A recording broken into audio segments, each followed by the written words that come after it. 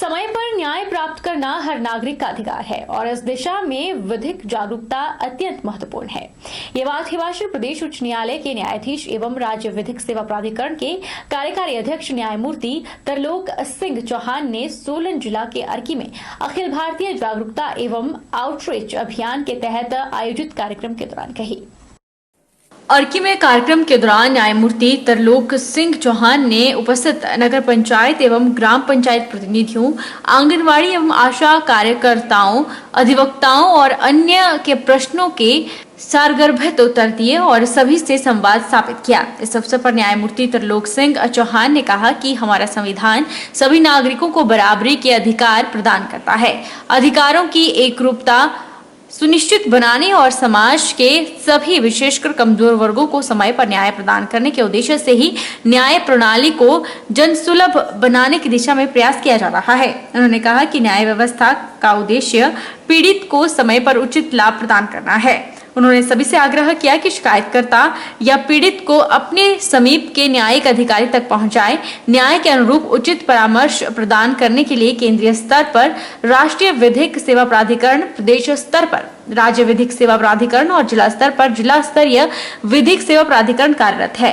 अर्की में आयोजित कार्यक्रम की अधिक जानकारी देते हुए हिमाचल प्रदेश राज्य विधिक सेवा प्राधिकरण के सदस्य सचिव पीपी रांटा ने कहा कि राज्य विधिक सेवा प्राधिकरण के निर्देशानुसार प्रदेश में अखिल भारतीय जागरूकता एवं आउटरीच अभियान क्रियान्वित किया जा रहा है। उन्होंने कहा कि इस अभियान का मुख्य उद्देश्य जन जन विशेष रूप से समाज के कमजोर वर्गों को विधिक सहायता उपलब्ध करवाकर उनके चिर लंबित कानूनी मामलों को सुलझाना है। ये जो कार्यक्रम था ये कि पैन इंडिया अवेयरनेस और कैंपेन चलाया पूरे हिंदुस्तान में, नासा से डायरेक्शन हुई, तो उसके तहत जो है ना माननीय न्यायाधीश श्री जस्टिस श्री तरलोक सिंह चौहान जी जो हाई कोर्ट में जज हैं, हमारे एग्जीक्यूटिव चेयरमैन हैं, तो उनके दिशा निर्देश पे ये अभियान जो है ना पूरे प्रदेश में चलाया जा रहा है। इसके तहत जो है आंगनबाड़ी वर्कर, आशा वर्कर, PLV और पंचायत के प्रतिनिधि, महिला मंडल के प्रतिनिधि, उनको सबको हम कनेक्ट कर रहे हैं। और साथ हमारे ऑनरेबल एग्जीक्यूटिव चेयरपर्सन जो है ना पिछले 3 दिन से जो है ना 4 डिस्ट्रिक्ट का दौरा कर चुके हैं। आने वाले समय भी अभी छुट्टियां होने के कारण इतना दौरा कर चुके हैं, आगे भी ये दौरा करेंगे। इसका मुख्य जो एक मकसद है ये है कि हर आदमी को कानून की जानकारी होनी चाहिए, हर आदमी को कानून की जानकारी होनी चाहिए। खासतौर से जो गरीब व्यक्ति है, असहाय है, जो लाचार है, सड़क पे है, उन लोगों को हम अपने से जोड़ें। माकपा लोकल कमेटी वाली चौकी ने पिछले 2 दिनों से मुख्यमंत्री के पेज से माकपा के सदस्यों को भाजपा में ज्वाइन करने की खबरों का खंडन किया है। माकपा लोकल कमेटी के सचिव ने बताया कि भाजपा अपनी हार के बौखलाहट से षड्यंत्र रच रही है। पूरे सराज विधानसभा क्षेत्र में पिछले समय में माकपा का जनाधार बढ़ा है। माकपा ने सशक्त विपक्ष की भूमिका निभाई है, जनता के जन मुद्दे निरंतर उठाए हैं, इसलिए माकपा इन चुनाव में भाजपा को हराने के लिए काम करेगी। ठीक है कि वो साथी नौजवान सभा के एक्टिव सदस्य है, क्योंकि नौजवान सभा का कार्यक्रम कहता है किसी भी पार्टी का मेंबर नौजवान सभा का सदस्य हो सकता है। और अन्य नौजवान सभा में कांग्रेस के लोग भी है, भाजपा के लोग हैं, कम्युनिस्ट पार्टी के भी लोग हैं, क्योंकि वो नौजवान सभा का हमारा प्रोग्राम कहते हैं। और उन साथियों ने भाजपा ज्वाइन की है, तो इसमें नौजवान सभा माकपा को कोई दिक्कत नहीं है। और वो साथी ये भी नौजवान सभा के सदस्य हैं और आने वाले समय में भी नौजवान सभा के सदस्य रह सकते हैं। हालांकि माकपा ये मानती है कि नौजवानों को भाजपा चुनाव जीतने के लिए जो तरह तरह के प्रलोभन दे रही है, क्योंकि भाजपा अपने इन चुनावों में, उपचुनावों में 4 सीटों में अपनी हार को देखकर बौखला गई है। उस बौखलाहट के कारण युवाओं को तरह तरह का प्रलोभन दिया जा रहा है। शक्तिपीठ ज्वालामुखी में इस बार शांतिपूर्ण ढंग से नवरात्रों का समापन हुआ। इसी के चलते प्रशासन के बेहतर और व्यापक प्रबंधों के साथ कई रिकॉर्ड भी कायम हुए।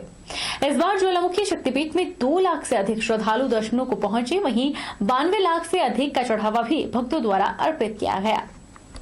कोरोना के बाद यह पहला मौका है जब ज्वालामुखी मंदिर में श्रद्धालु और चढ़ावे में बढ़ोतरी दर्ज की गई।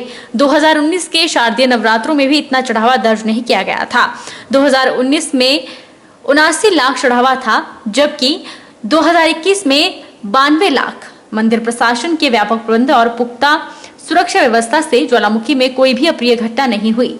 मंदिर अधिकारी और तहसीलदार दीनानाथ यादव ने जानकारी देते हुए बताया कि नवरात्रों का आगाज और समापन बेहद शांतिपूर्ण रहा।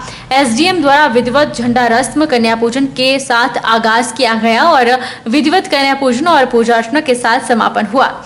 उन्होंने बताया कि इस वर्ष शारदीय नवरात्र 2021 में भक्तों द्वारा 92,59,534 रुपए नगद और 47 ग्राम 500 मिली सोना और 4 किलो 495 ग्राम चांदी भी अर्पित की गई है। उन्होंने बताया कि 2 साल बाद इतना चढ़ावा दर्ज किया गया। 2019 में भी 79 लाख चढ़ावा था, जबकि 2020 में 33 लाख ही चढ़ावा चढ़ाया गया था। इस बार रिकॉर्ड 2 लाख से अधिक श्रद्धालु भी दर्शन करके गए हैं। सभी व्यवस्थाएं सही रही और सभी के सहयोग से नवरात्र संपन्न हो गए। इस बरस माता ज्वाला जी के चरणों में इन नवरात्रों में रिकॉर्ड श्रद्धालु जो है वो दर्शन के लिए आए और चढ़ावे के रूप में 92,58,534 रुपए प्राप्त हुए। इन नवरात्रों में 47.500 ग्राम जो सोना है वो माता के दरबार में आया। चांदी जो है 4 किलो 495 ग्राम चांदी भी इसके अतिरिक्त आया। वर्ष 2020 में इन नवरात्रों में चढ़ावे के रूप में 33,19,063 रुपए प्राप्त हुए थे और वर्ष 2019 में इन नवरात्रों में 79,40,209 रुपए प्राप्त हुए थे।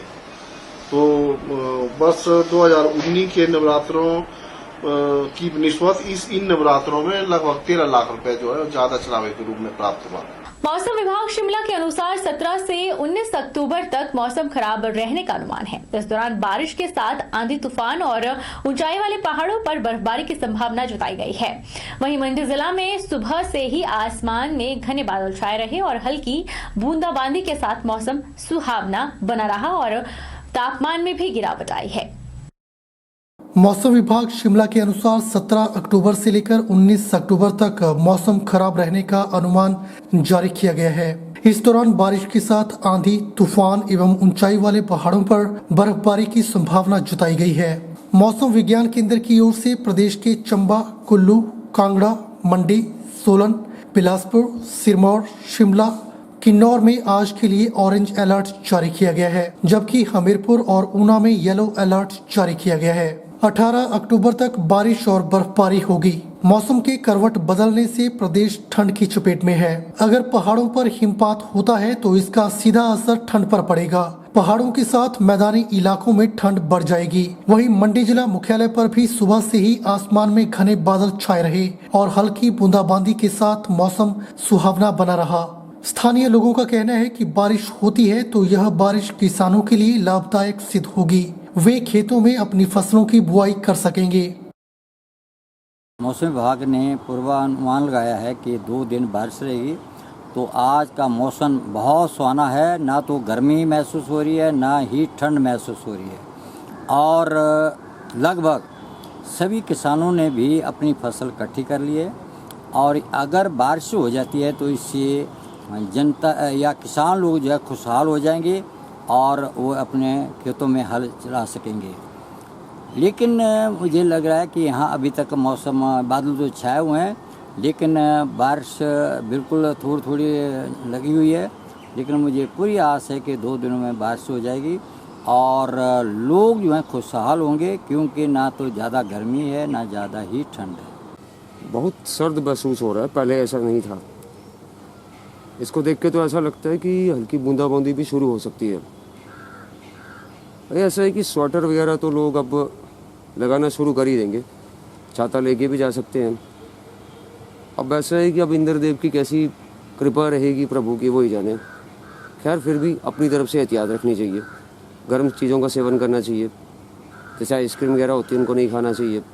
ठंडी चीज़ों का सेवन करने से छींक, जुकाम, बुखार, छाती, निमोनिया कुछ भी हो सकता है। अच्छा है भी औषधियों आदि का भी सेवन और डॉक्टर से भी थोड़ा संपर्क रखें तो सही रहेगा। बहरहाल बुलेटिन में इतना ही। आप देखते रहिए HP 24x7।